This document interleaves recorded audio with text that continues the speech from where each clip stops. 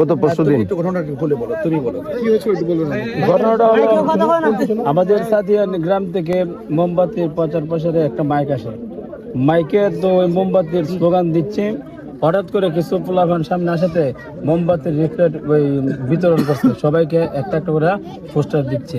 এমন অবস্থায় এক লোক ওই সে বলছে যে আমি বিএনপি করি, তবে সে কি বিএনপির দলের কি না অন্যরা বলতে পারে, তবে সে আমাকে বলছে আমি বিএনপি করি। তো সে বিএনপি করি গাড়ি মোমবাতির গাড়ি সামনে আর যাইতে দিবে না, এই বলে গাড়ির সামনে এমনভাবে হাত বাড়ায় দাঁড়ায় রয়েছে। আমার ড্রাইভার জসিম সাহেব বলছে যে তুমি সরো, সে সরে না। আমি পিছন থেকে নেমে যখন বললাম তুমি সরো, তার হাতে একটা অস্ত্র ছিল, অস্ত্র দিয়ে আমার নাকের মধ্যে এই জায়গার মধ্যে আঘাত করে। আমি যেটা বলতে চাইছিলাম আর কি, আজকে দেখেন আমি একটু কথা যেটা বলতে হবে, আজকে দেখলাম অনেক নিউজ যারা অনেক সময় বিভিন্ন ভাবে তাদের নীতিকে বিসর্জন দিয়ে দেয়, হ্যাঁ, বিক্রি করে দেয়। এটা কিন্তু উচিত না।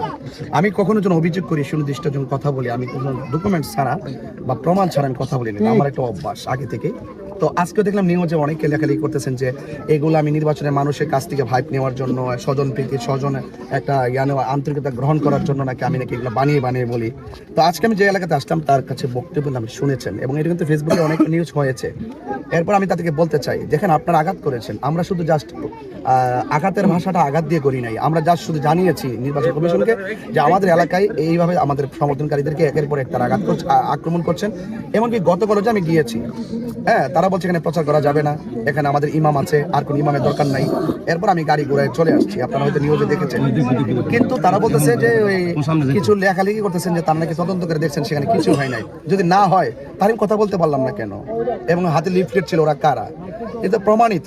তো সেই জন্য আপনারা যারা আছেন, আমি বলবো নির্বাচন একটা আকাঙ্ক্ষা সৃষ্টি হয়েছে, এই আকাঙ্ক্ষা রোডম্যাপটা যেন কাহারও পেশিদারিত্বের মাধ্যমে যেন ব্যাঘাত না ঘটে, এবং আমাদেরকে সবাই যেন আমরা শান্তিপ্রিয়ভাবে যা যা প্রচার প্রসার করতে পারি।